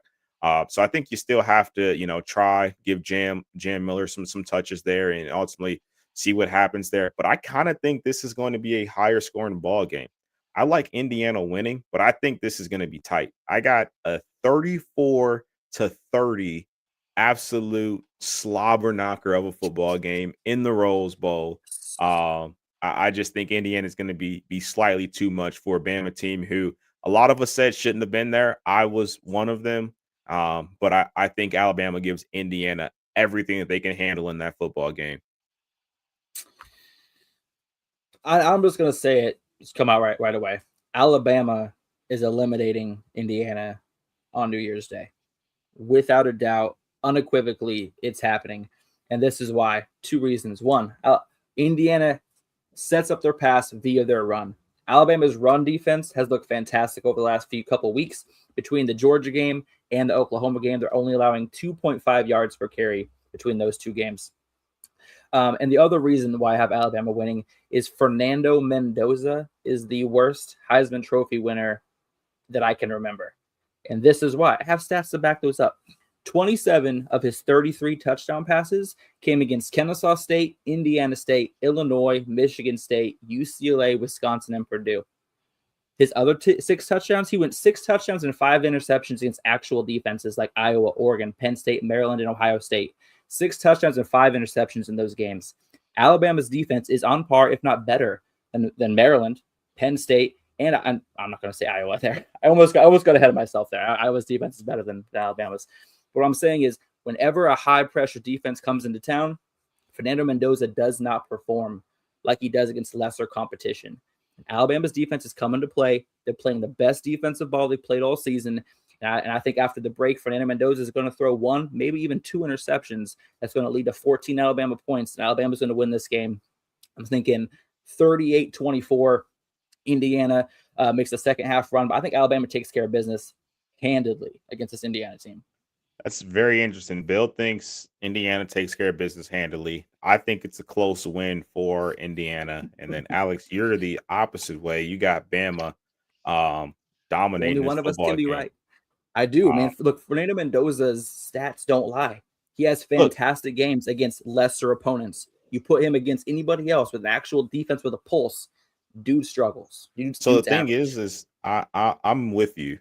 Not necessarily in the trash Mendoza side of things, but I'm with you in the I think Bama is very capable of winning this football game here. I would say the one thing that kind of gave me the edge to lean Indiana side is Kirk Cignetti is so damn good at what he does. Like, if anything, like I think the game plan or stealing a possession here or there, like I don't know. Like, I feel like it's going to come down to, I like the players. I think are very similar as far as like talent goes, which is kind of crazy to say. You're talking Alabama and Indiana, but I think Cignetti is going to have something in his bag to ultimately get that slight advantage there if the game's close. Well, look, the winner of this game gets Oregon in the semifinals, right after Oregon takes care of Tech. So here's my thing: is Cignetti has beaten Dan Lanning in the one time they've played, and Kalen DeBoer seems to have Dan Lanning's number as well when he was at Washington.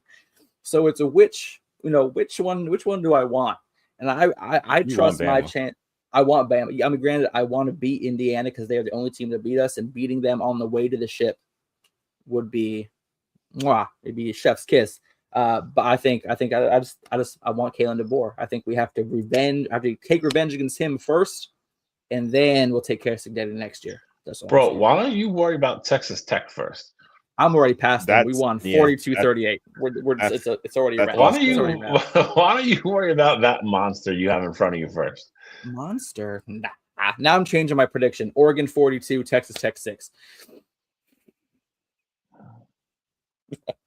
All right, I love you guys.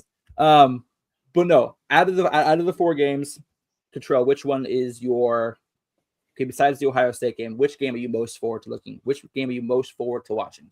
For me, it is without a doubt Texas Tech versus Oregon. I think just the way that those teams match up, high-powered offense, high-powered defense, something's got to give, So I am absolutely looking forward to that football game, and I think that is one of those games to where Stephen Daly being hurt for me, like with Indiana, I think can really be a pivotal injury for them to where they may not be my favorite anymore to come out even from that side of the bracket there. So I think that the winner of Oregon and Texas Tech could potentially be in the driver's seat to punch their tickets to the national championship. So for me, I think that game is so important, especially, I mean, of course, depending on how the Bama and Indiana game looks, but I think that's the game where I'm like, all right, depending on how either of these teams look, if Oregon goes out and dominates and it is a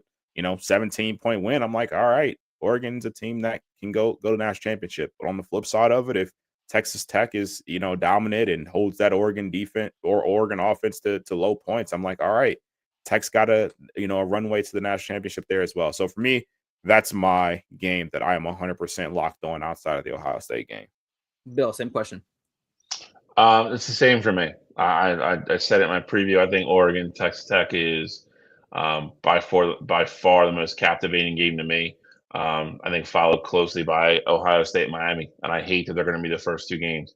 I don't think Ohio State Miami should be New Year's Eve night at all. I hate that. It's definitely deserving of being a New Year's Day bowl. And again, I think Oregon Texas Tech's the best game on New Year's Day by far. The fact that they have that at noon, I think is disgusting. I understand why it's going to happen, but having the 2 SEC teams, I mean, Rose Bowl's always at 5, so that one doesn't bother me that much. I don't think Georgia Ole Miss should be the anchor of this slate of 4 college football playoff games. I think it's the weakest game by far. For you, what is it, Alex? Yeah, I'm obviously Oregon Tech game, but if I had to pick a different one, I'm really excited to see what game plan Ole Miss puts together against Georgia. I think that storyline is fantastic. The Ole Miss, without their head coach, also going up against a team that was their only loss in the regular season. I think the storylines in that game write itself. Right, Trinidad Chainless is a game changer. Seeing what Gunnar Stockton can step up in that big spot for Georgia and lead them back to the promised land in the semifinals. So for me, I think the most exciting game to watch is going to be the Ole Miss Georgia game, just because You don't know how each team is going to attack it this time around. Will it be the same high scoring affair? Will it be lower scoring with, defenses throwing big punches? So that's what the game I'm most looking forward to is that Georgia Ole Miss game. Nice. And I know we got a little bit of time here, and I know we're about to get into the mountain there as well. I have a question here for you that I've kind of had in my back pocket just in case we had a little bit of time here. And that is, I don't know if you guys have kind of seen the portal news there, but Lynn Jr. actually brought up partially what, the question is going to be. He said, his Longhorns have lost a ton of 5-star players in the portal. They've lost basically their top 4 running backs from that team. CJ Baxter went to the portal. Contravian Weissner is going to the portal. Jarrett Gibson and Ricky Stewart Jr. all have entered the transfer portal already. Now, for me, the question is do you think these guys know something that we don't in terms of Sark potentially looking at NFL jobs? And I also wanted to kind of, lead that into as well. Marcus Freeman has been getting rumored to the Giants job, a lot as far as being one of their top candidates. Do you think there's a chance that these high-profile coaches end up leaving their programs to go look at NFL ventures? I mean, Sark, I think has, goals to coach in the NFL. I think a lot of what fueled that fire was when he was asked about taking on a college job. He goes, "No, I'm happy here, in Austin." But when they asked about the pros, he said, he would listen. So, I think just those public statements alone, nonetheless, what's being talked about behind the scenes with his agent, and I'm sure some of these teams, has kind of let that he's willing to for sure listen to NFL offers. Marcus Freeman's still the odds-on favorite to take the Giants job. I've become a big fan of Marcus Freeman in the last couple of years. I would not leave the University of Notre Dame to go to New York Giants. I wouldn't do it. I know, it's we joke about this all the time. On Wire to Wire, like if you're a quarterback, you can't, pick which team you go to. Like, obviously, if you're going to go number 1, you're going to a bad team because they need a freaking quarterback, most likely. And a job's not coming open in the NFL for a team that's super successful. It's open because the coach before didn't get it done. So New York's a big market. It's not a situation where I don't think Marcus Freeman couldn't handle it. I just don't think that team is close to being in a position roster wise for him to succeed. And I think he'd be walking away from, one of the best college jobs in the country to maybe go fail. I wouldn't want to see that. But again, if your goals are to coach in the NFL, then, I don't know if you always get those phone calls. I hate to say it. Not to really take it down this path, but we talk about it all the time. Black head coaches don't get a lot of rope in the NFL. You see in the Brian Flores situation, you can't tell me that guy's not, one of the best 30 coaches in the NFL. So, and he hasn't got a second chance yet. So, if they come calling, you might have to go. I would prefer he stayed in college because I think he's great for college football. I think he's a great coach, and I think he's great for Notre Dame. The Texas thing is very intriguing, though, because again, I mean, like CJ Baxter going, be like, okay, like maybe they already told me I'm not going to be the guy next year. At best, I'm going to be like in a rotation. I want to go somewhere where I can get 200 carries. You know what I mean? But then for the other 3 to go, to your point, that's a little. If I'm a Texas fan, I'm a little bit worried about that. Because do they have a guy coming in that is like do they have Do they have Bijan coming in? I don't know. Yeah. I don't know. Is Adrian Peterson coming in this class? Because if not, like I don't. That would be really worrisome for me. From just watch the top 4 backs on my depth chart, be like, yeah, we're going to the portal. Like that's a little scary.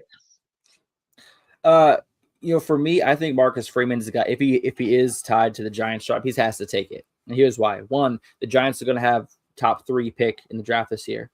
They also have Jackson Dart, who looks absolutely like Giants, the guy for New York Giants. You got Cam Scatterby as your running back coming back next year. You have Malik Neighbors coming back next year from injury.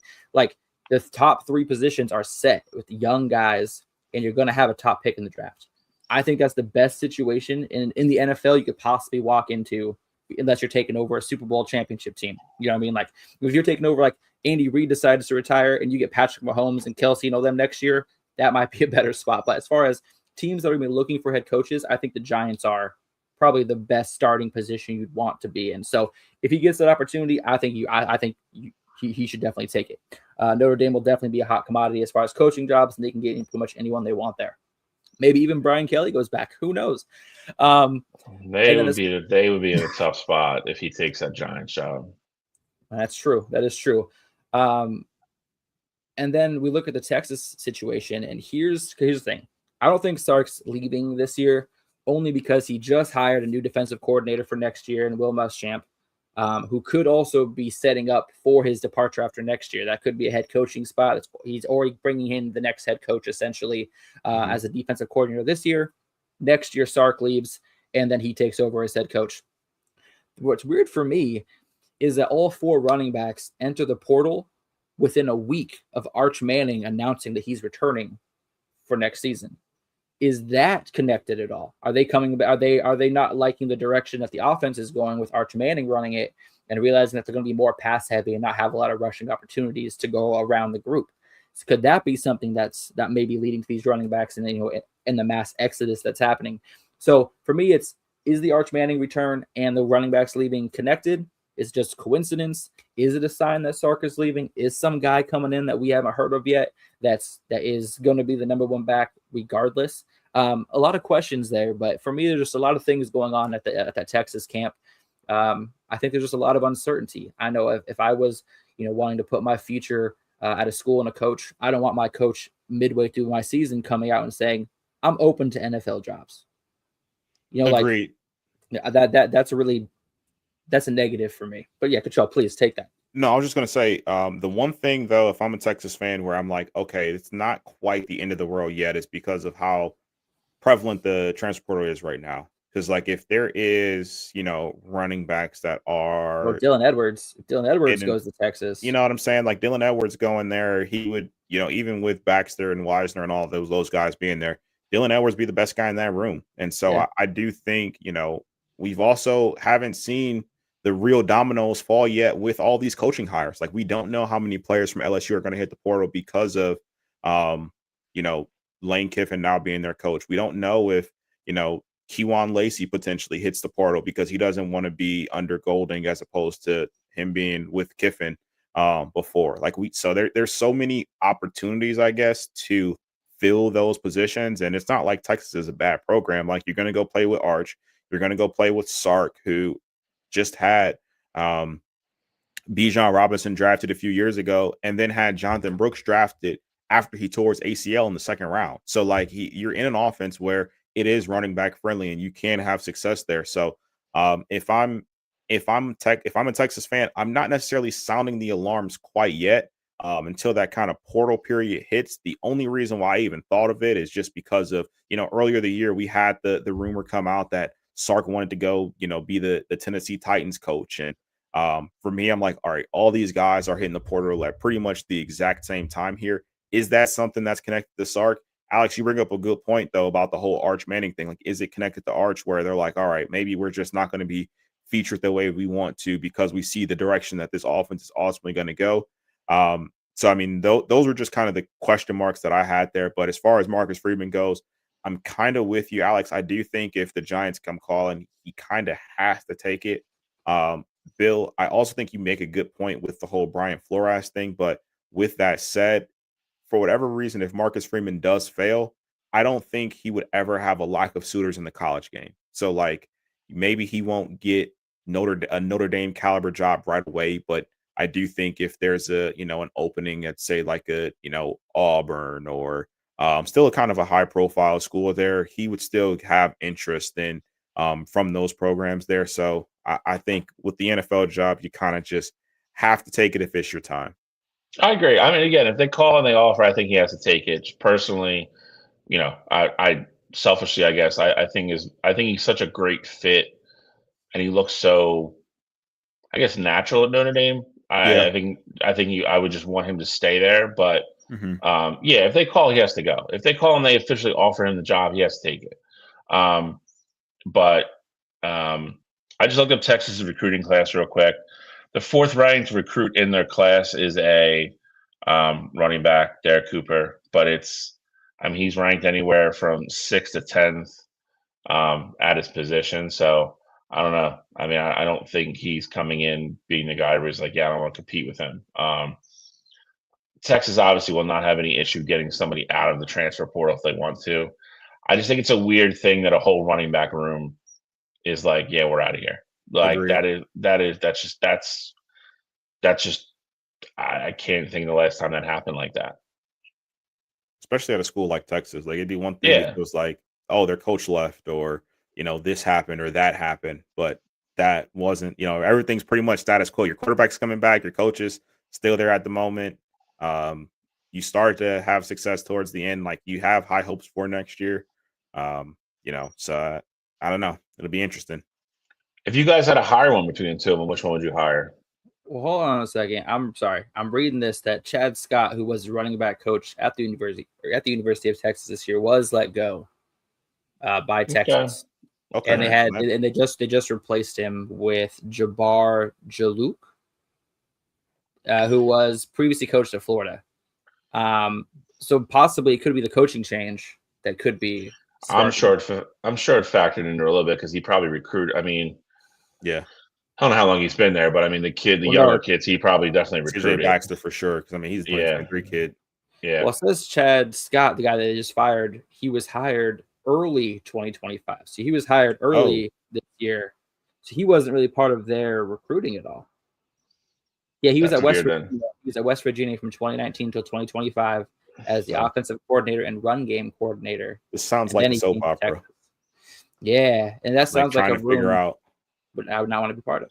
Yeah, who's trying done to figure out what happened where, because you stay for a guy who didn't recruit you, but then you leave when he leaves, and I don't know.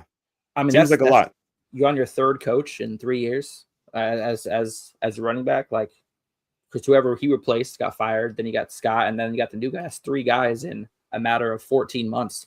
That's in your running back room. That's a really uncertainty. That's a lot of change. I would want continuity, someone that's been in their position for a while that I know's going to be there and be able to coach me next season and the season after.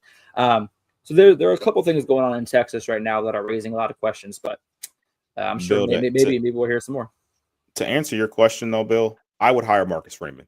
I think, not saying that like Sark is a bad coach or anything like that, but I think it's a difference in the way Notre Dame, for me at least, looks at Marcus Freeman. And I know at the NFL level, it's not necessarily going to be that because you're in a room full of grown men, but like the way they rally behind, Marcus Freeman and the way that they ride for him, like I think there's a lot to be said about that. And I think, just even in this short stint that he's been the Notre Dame head coach, I don't want to say that he's necessarily overachieved because Notre Dame is a high, profile job and they have the resources to have success and things like that. But just think about last year, they weren't a team that was supposed to go to national championship game, and that's what they did. And you can talk about their road and how they got there and things like that, but they did what they were supposed to do. And, they lost a 1-score game in the national championship. And I think on the flip side of it, you look at Sark at Texas, I'd argue that he's underachieved since he's been there. I know that they made it to the playoff a couple times, but you have expectations of eventually winning a national championship there. And I know Texas was in a really bad spot before he got there, and he definitely brought them back. The expectation there is to win. So between the two of them, I feel like, Marcus Freeman has essentially done more with less. So that's why he would be my guy. But I can 100%, understand if someone's like, hey, Sark would be the guy that I would hire, because I still think Sark's a good coach. I just think he hasn't done anything to where I'm like, all right, he can be the difference in a team getting over the hump. It's a tough one because Marcus Freeman's kind of the hot name right now, but people forget that when Steve Sarkisian took over Texas, that Texas program was in the absolute dumps. I mean, his first season was a success, and they finished at 5-7. He also took took this Texas team from the Big 12, introduced them into SEC play, took them on 2 fantastic runs. He constantly has fantastic recruits. Obviously, in the NFL, it would be a different type of situation. But he also has a national championship under his belt as an offensive coordinator.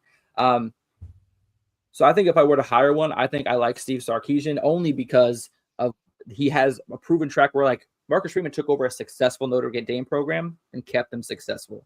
Sarkisian took over a Texas program that was in the dumps and underperforming and developed and recruited and turned them into the team that they are now. So I think I like what Sarkisian's done over the last few years versus Marcus Freeman's just kind of kept the status quo. And like I said, I'm not taking anything away from Marcus Freeman.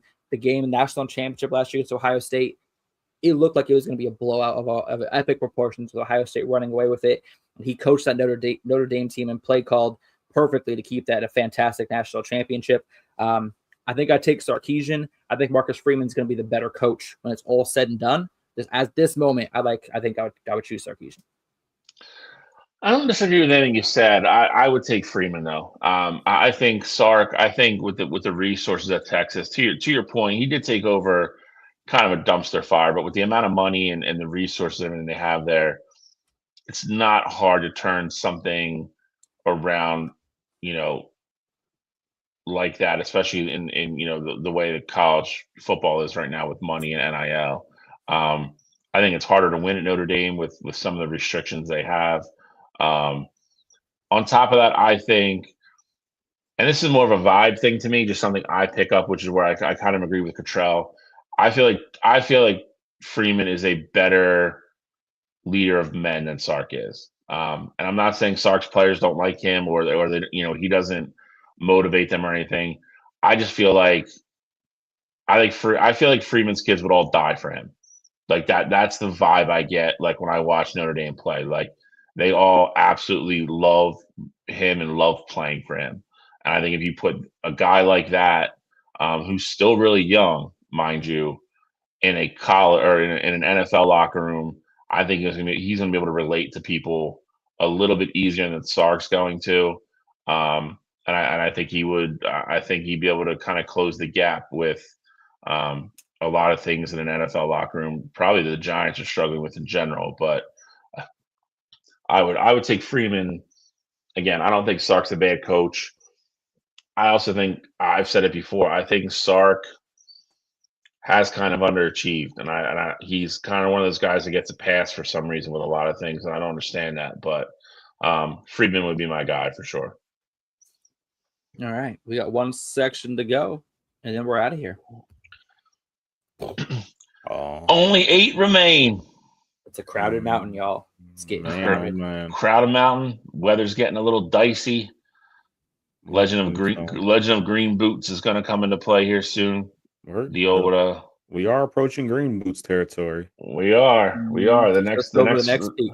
Just over the next peak. It is. Next peak is Green Boots. So 4 teams will get lucky enough to see his dead body. The other 4 will be laying right next to him. Grave diggers are busy this week. Had to dig 4 graves for 4 more teams. And we'll be down to the Final 4 now. We come back on air, we'll be down to 4 teams left. 4 teams close. We'll see your dead body. It's gonna be fun. I think I will say this. I think this Final 4, depending on what happens next week, I think has the chance to be the best Final 4 ever. I mean, it could, depending on who's left. We'll see. If it goes chalk, and then I think the one exception would be Oregon. I think your game's interchangeable, and I will give you credit in that. I think no matter who wins that game, I think obviously deserves to be there and can win a national championship. So I think your game is interchangeable. If Ohio State would get upset or Georgia or Indiana gets upset, I think it would fundamentally kind of alter the Final 4. So I think it has a chance to be just an absolute banger of a Final 4. Just all 4 or 5 teams just absolutely deserve to be there. And I said that a month ago. I thought 1 through 5, once Oregon got to 5, I thought those were your 5 teams that could win a national championship. I stand by that. I think anybody outside of that top 5, I think would surprise me. All right. Yeah, I mean, I definitely agree with you. Like I said, I definitely want to see Ole Miss, revenge that loss. I think I want to see Indiana again, but I also feel like Alabama is playing great football at the right time. And then Miami's defense, you don't know what their offense is going to do. I think our round of 8 has a lot of question marks and a lot of possible outcomes that could happen that are not far-fetched at all. So I'm excited to see which teams get through the gauntlet New Year's Eve and New Year's Day. And I'm excited to be back here next Saturday, same time, same place, and talking, recapping them and going over our semifinal matchups. Is your Ole Miss love going to carry over for them next year, or is it strictly because Kiffin was there this year? Like, because I can't listen to you talk about LSU like this next year. I can't do it. Oh no, I can't do that. I won't do that. I won't do that. No, I'm Ole Miss is my SEC team. Like if I'm forced to watch the SEC and Ole Miss is on, that's the game I'm watching for sure. But no, I won't. I can't like LSU ever.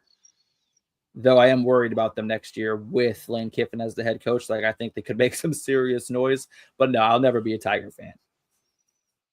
Bro, your love for Lane Kiffin is just wild to me. Hey man, someone's gotta love the guy. No, you don't. Some people do not deserve to be loved with the way they do things. All right. Well, I think we're done for this week, boys. I think. Trell, anything, bud? I got nothing. I'll let you guys talk about the Lane Kiffin debacle and Alex's just fantasy land of Lane Kiffin going to LSU and turning them around immediately. I'll let you guys have that. That's another show for next year. Alex is like that guy that has like a crush on somebody. No matter what you tell him he did, he's be like, no, that's like he's misunderstood. You'd be like, Alex, like that guy like beats women. Hey, like, no, look, I told Alex that Lane was going to LSU in October. I know. I don't know. I feel like you've unblinded love for the guy. You'd be like, no, they fell down. He didn't do that. Like, has he ever beaten a dog? I don't know. Maybe that's why he doesn't bring the dog to LSU. Yeah, he's not allowed to. He steals grocery baskets. I'll tell you that much. That's true. I can't get behind that. That's just dumb. I hope they let Mike the Tiger eat him. That's what I hope. Jesus. All right, we're getting out of here. That's the show, y'all. All right, gents. Next week we'll see you. Hey, listen. Good luck to both of you. I got no dog in the fight. I got no horse in the race. So I'm pulling Big Ten across the board, however that may be. So good luck to both you gentlemen. I hope you both have a good New Year's. Hope everybody had a good Christmas. We did not do Christmas cheer last week. I realized when we got off the air. It's all good. It's college football playoff season. Who cares about Christmas? True. Who cares about Santa? But I wish you guys both good luck, and we will see where the chips may fall. And we'll be back next Saturday. So we are out of here. See you, boys.